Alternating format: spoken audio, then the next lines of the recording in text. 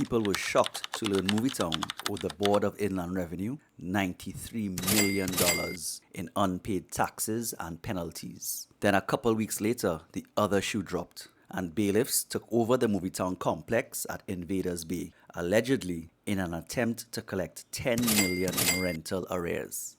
This is 1060 Crimes, and as a commoner, I've learned to stay out of rich people's business, especially when, in my opinion, there are more important incidents at Movietowne to note. Movietowne opened in November 2002. I was a die-hard Globe cinema patron. I loved going to Globe. I would always go in the general section, aka house, because I loved the commentary from the crowd throughout the film. I was totally entertained by the crowd shouting, cursing, and raucous laughter. I remember watching the first scary movie there, and people were galloping through the aisles and literally rolling on the floor laughing. But Globe didn't keep up with the times, and this video is not a humorous one. 7 years ago, in the underground Movietowne car park, there was a cowardly murder. 27-year-old Jamelia de Revenant was at work in a restaurant at the complex, but she stepped out to have a conversation with a man in the car park. Screams, cries, and shouting was heard. Jamelia's body was found in the car park with her throat slit. Nearly 2 weeks later, Matthew King was arrested for Jamelia's murder. She was the sister-in-law of now deceased soca artist Blacks. 7 years before Jamelia, in the Green Park of the complex, there was an execution. 18-year-old Lawrence Taylor was enjoying time with friends and family when armed men approached and announced a robbery. Lawrence was shot in the head because he spoke up. 21-year-old Kareem Regis and 19-year-old Winchester Billy were arrested for the murder. 7 years before Lawrence,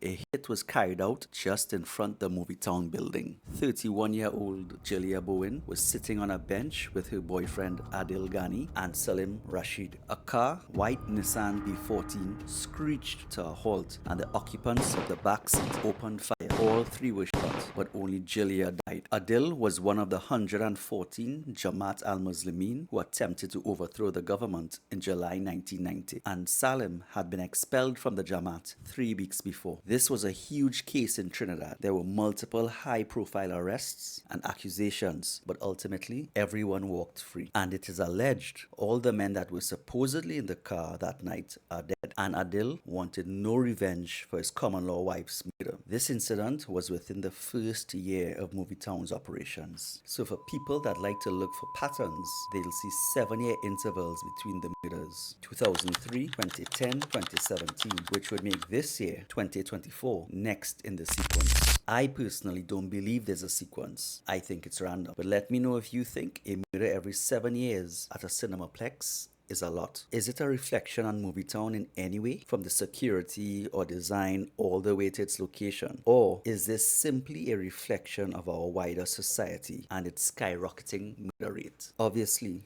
there have been other crimes. A man jumped over the counter with a knife and attacked a worker. There have been armed robberies, fights, even a 2023 murder at the bus stop just off the compound. Do you think it's possible that the crime that happens at Movietowne has in some form or fashion contributed to the $100 million owed by Movietowne? But if you think the crime affects the bottom line, don't you think the owners would have directed more resources towards it if they also believe this? Anyway, all I'm saying is yes, we all want to see the wealthy of this country finally start to be held to the same standard as the rest of us. And lately, they've been paraded across the media. But don't let squabbles of the elite distract you from the crime that is lurking and waiting for the opportunity to snatch your life. Stay out of rich people's business. They will devour you. Remember, cockroach in Hano place in foul party. This is 1060 Crimes, small Caribbean, big crime.